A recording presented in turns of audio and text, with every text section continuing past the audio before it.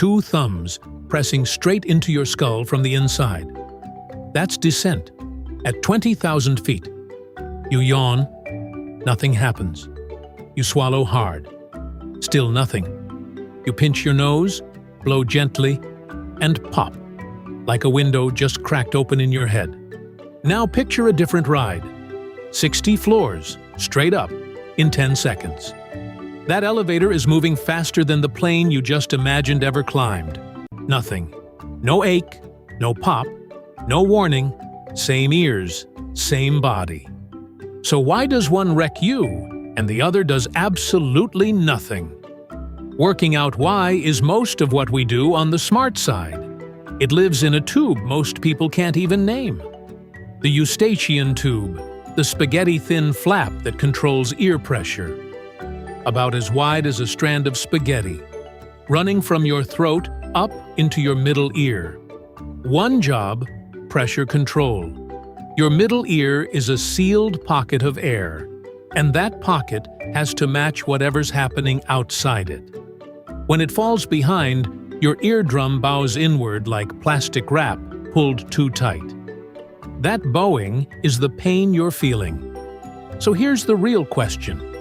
Why does a plane torture that tube, but 60 floors in 10 seconds doesn't even wake it up? It's not the distance. It's the speed of the change and the size of it. Climb the tallest building on Earth in an elevator, the Burj Khalifa, 800 meters, and the pressure barely moves. A jet cruises at 10,000 meters, then drops that whole distance in 20 or 30 minutes, sealed inside a tube where the air is being mechanically thinned and thickened around you the entire time. And here's a detail most people don't know.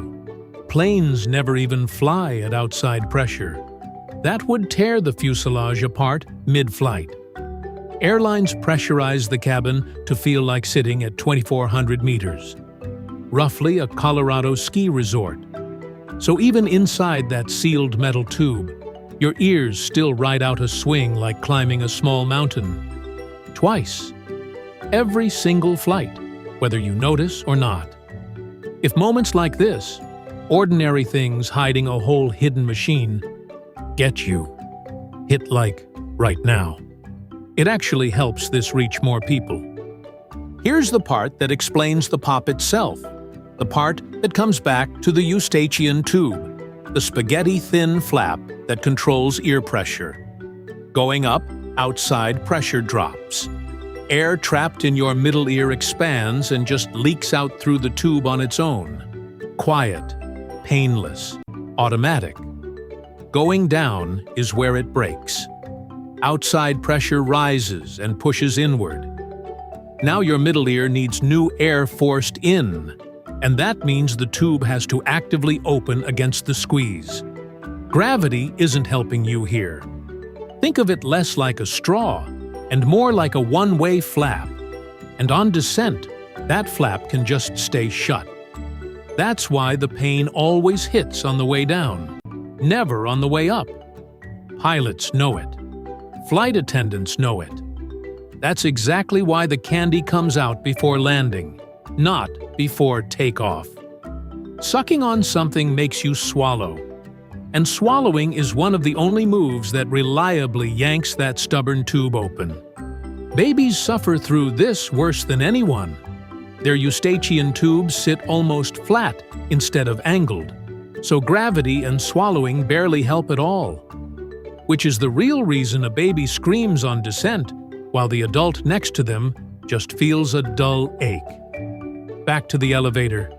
Even the fastest ones on Earth, the ones in Shanghai towers hitting over 70 kilometers an hour straight up, are still moving through ordinary, unsealed air the whole ride.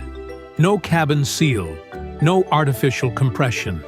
The pressure change is small enough and slow enough that your tube keeps pace without a fight.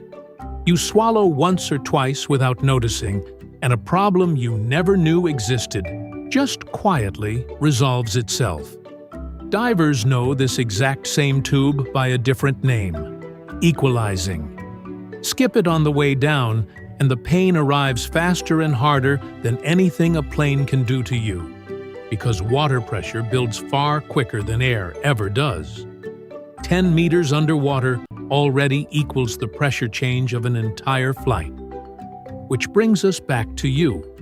Thumbs on your nose, 30,000 feet up, waiting. That pop isn't your ears breaking.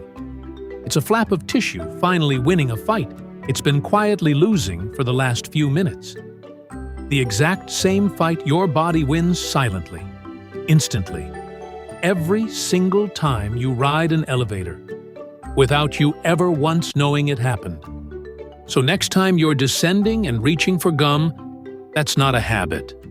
That's an active repair job, happening in real time, in the Eustachian tube, the spaghetti-thin flap that controls ear pressure that you didn't know you had. Subscribe if you want the next hidden mechanism running quietly under something you do every week. And next time someone yawns hard on a plane, don't judge them. They're not bored. They're fighting the exact same silent battle happening in your ears right now. They're just losing it slightly faster than you are.